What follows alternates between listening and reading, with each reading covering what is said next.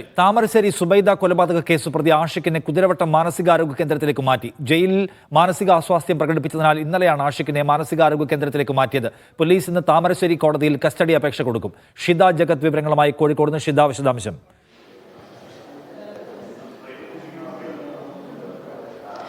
നിഷാദ്, കഴിഞ്ഞ ദിവസമാണ് കോടതി ആഷിഖിനെ ജയിലിലേക്ക്, കോഴിക്കോട് ജയിലിലാണ് ആഷിഖ് ഉള്ളത്. അവിടെ വെച്ച് മാനസികാസ്വാസ്ഥ്യം പ്രകടിപ്പിക്കുന്ന രീതിയിലാണ് ആഷിഖിന്റെ പെരുമാറ്റം ഉണ്ടായത്. അതിനെ തുടർന്ന് ജയിലധികൃതർ പോലീസിനെ അറിയിക്കുകയായിരുന്നു.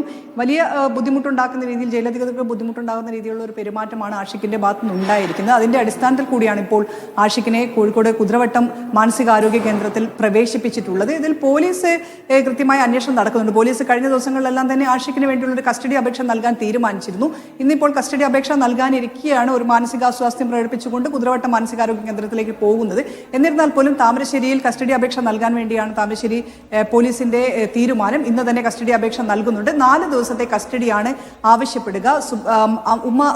സുബൈദയെ കൊടുവാൾ ഉപയോഗിച്ച് വെട്ടിക്കൊലപ്പെടുത്തുകയായിരുന്നു ആഷിഖ്. എന്താണ് ആഷിഖ് ഇതിന് പിന്നിലുള്ള കാരണമെന്ന് ആഷിഖ് പറഞ്ഞത് ഉമ്മയോടുള്ള പ്രതികാരമാണ്. തനിക്ക് പണം ആവശ്യപ്പെട്ടിട്ട് നൽകിയില്ല, സ്ഥലം വിൽക്കാൻ പറഞ്ഞിട്ട് അത് ചെയ്തില്ല തുടങ്ങിയ കാര്യങ്ങളാണ് ആഷിഖ് പറഞ്ഞത്. എന്നിരുന്നാൽ പോലും വിശദമായ ഒരു ചോദ്യം ചെയ്യണമെന്നുള്ള കാര്യമാണ് കോടതിയെ പോലീസ് അറിയിക്കുക. അതിന്റെ അടിസ്ഥാനത്തിലാണ് 4 ദിവസത്തെ കസ്റ്റഡി അപേക്ഷ നൽകുന്നത്. നിഷ.